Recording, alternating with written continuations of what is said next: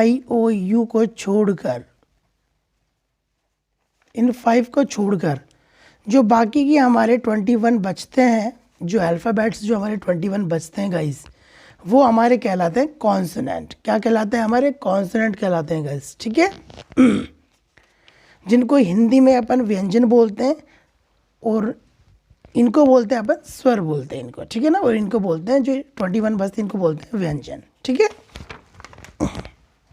देखिए मैंने आगे समझाया हुआ है कि एन का यूज़ हम लोग कहाँ करते हैं। अब ए का यूज़ तो आप लोगों को कंफर्म हो गया होगा कि हम लोग कहाँ पे करते हैं, ठीक है। अभी आप देख लेते हैं अपन कि एन का यूज़ हम लोग कहाँ करते हैं।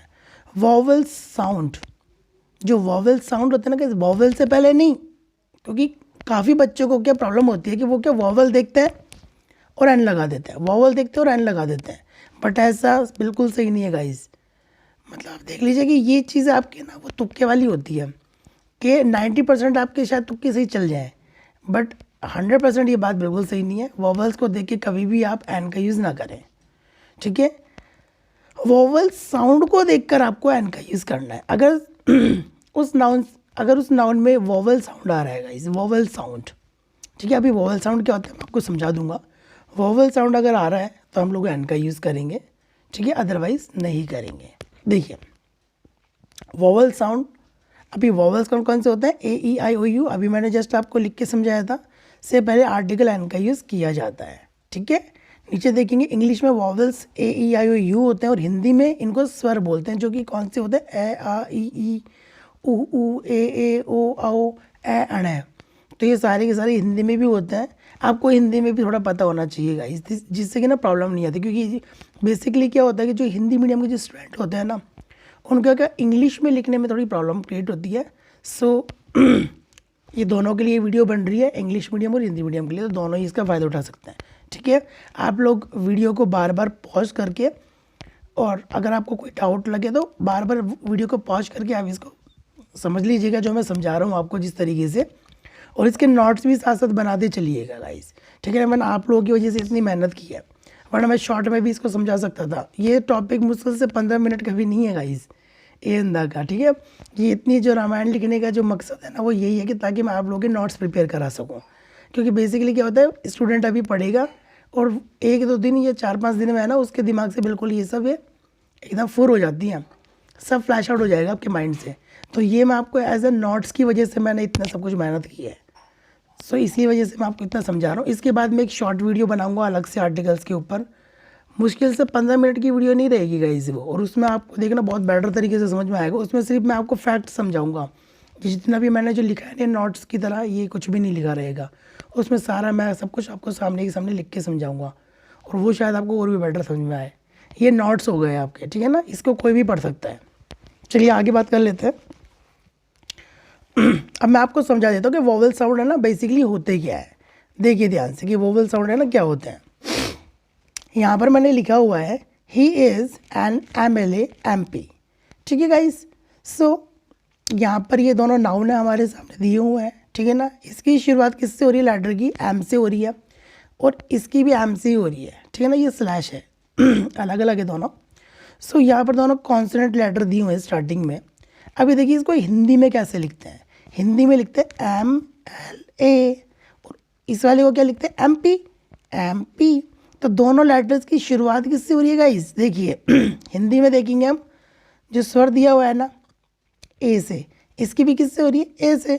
अगर हिंदी में जो बच्चे यानी कि अगर हिंदी में लिख के देखना चाहे, कंफर्म करना चाहे, तो हिंदी में देख लीजिए, बहुत ही आपको मतलब इजी पड़ेगा बहुत ज़्यादा। तो ए से शुरुआत हो रही है ना।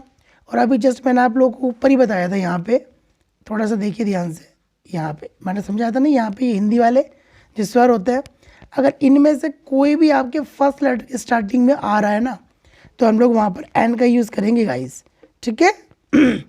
तो यहाँ पर क्या आ जाएगा? एन आ जाएगा, ठीक है। आप इसको चाहो तो इंग्लिश मीडियम वाले बच्चे इंग्लिश में भी लिख के देख सकते हैं। अगर उनको हिंदी में लिखने में भाई प्रॉब्लम आती है, तो MLA और MP को इंग्लिश में लिख के देख लो। MLA और जो MP होता है उसको अगर आप इंग्लिश में लिखेंगे, ठीक है, एज अ मीनिंग वाइज, तो कैसे लिखेंगे? MLA को MLA ऐसे लिखेंगे ना, तो फर्स्ट लेटर क्या आ गया? इसका ए आ गया ना, ठीक है। MP को कैसे लिखेंगे, इंग्लिश में लिखना चाहे तो मीनिंग्स में MP, ठीक है। इसके बाद आप ई भी लगा सकते हो, बाकी यहाँ तक भी सेम आ जाएगा। AR है ना, स्टार्टिंग वॉवल से हो रही है ना, ठीक है, यानी कि वॉवल साउंड आ गया आपका, ठीक है ना। वॉवल साउंड को चेक करना है, वॉवल साउंड को आप यहाँ पे चेक करेंगे। तो वॉवल साउंड दिया हुआ है ना, स्टार्टिंग में आ रहा है ना वॉवल साउंड, इसीलिए हमने यहाँ पर एन का यूज़ किया, ठीक है ना। आगे देखेंगे, ही लॉस्ट एन FIR इसको बोलते हैं फर्स्ट लेटर यहाँ पे कॉन्सोनेंट है, लेकिन जैसे अपन ने इसको हिंदी में लिख के देखा तो यहाँ पर फर्स्ट लेटर क्या आ रहा है, एक स्वर आ रहा है, यानी कि जिसको क्या बोलते हैं ए, ठीक है ना, इसलिए यहाँ पर एन का यूज़ किया गया है। आगे देखेंगे, he is an IAS officer. तो IAS officer, fill in the blanks के बाद क्या दिया हुआ है, आई दिया हुआ है। वैसे तो हमें पता लग रहा है कि आई एज अ वॉवल है, बट फिर भी हम चेक कर लेंगे, तो इसको लिखेंगे हम FIR। स्टार्टिंग का जो लेटर है वो क्या आ रहा है, एक स्वर आ रहा है, यहाँ पे देखा हमने ए आ रहा है, इसलिए हमने एन का यूज़ किया। इसी तरीके से आगे मैंने बहुत सारे एग्जांपल्स दिए हुए हैं, देखिए गाइस।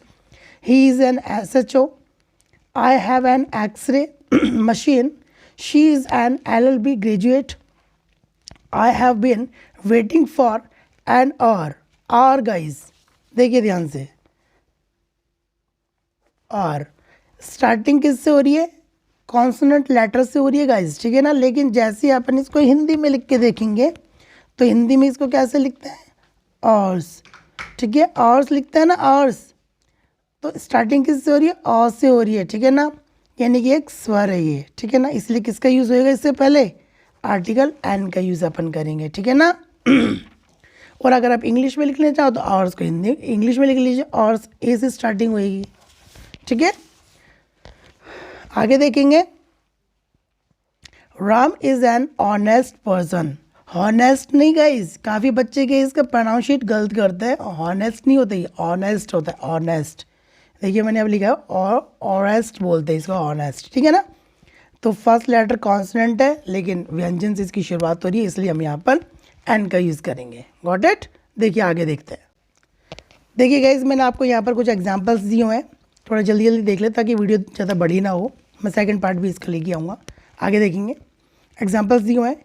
ऑर्स, और से पहले एन का यूज़ किया गया है। Honours, honourable person, honest man, year, house, historical monuments, young man, ewe, eagle, European, university, unit, union, umbrella, unique planet, useful book, year, FO, 1 rupee note, orange, MP और member of parliament.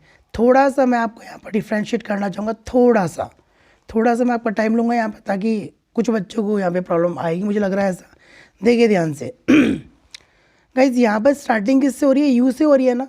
अभी काफ़ी बच्चे देख कर ना you को देख कर ना कि वॉवल दिया हुआ है यहाँ पे, अपन एन का यूज़ कर देते हैं, लेकिन ऐसा नहीं है। वॉवल साउंड को चेक करना है। वॉवल साउंड यहाँ पे क्या आ रहा है, यूनिट।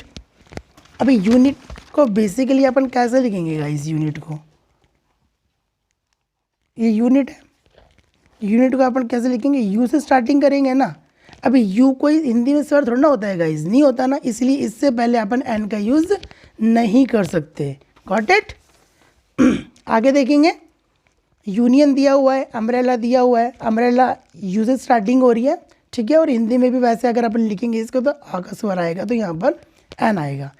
यूनिक प्लानेट, यूनिक में यू का स्वर आ रहा है, इसलिए आ का यूज़ किया गया है। इसी तरीके से यूजफुल बुक, ईयर, और इसको ईयर बोलते हैं गाइज, ईयर, ठीक है ना, नॉट ए ईयर, ईयर बोलते हैं गाइज, इसलिए यहाँ पर आ का यूज़ किया गया है। FO और 1 रुपीज़ नॉट, ठीक है। इसी तरीके से बाकी के एग्जाम्पल्स मैंने यहाँ पे दिए हुए हैं, ठीक है। उम्मीद करता हूँ आप लोगों को समझ में आया होगा। आगे देखते हैं सम मोर इम्पॉर्टेंट पॉइंट्स। अब इनके अलावा कुछ और भी इम्पॉर्टेंट पॉइंट्स हैं जिनके बारे में डिस्कस करते हैं हम लोग। सिंगुलर काउंटेबल नाउन से पहले आर्टिकल एन का यूज़ किया जाता है, जो कि हम पहले ही पढ़ चुके हैं। ये एग्जांपल्स मैंने आपके सामने पहले भी दे चुका था, आप एक बार और देख लीजिए। I have a pen, she has a car and Rahul has an umbrella. Got it. अभी हम लोग आगे देखते हैं गाइस।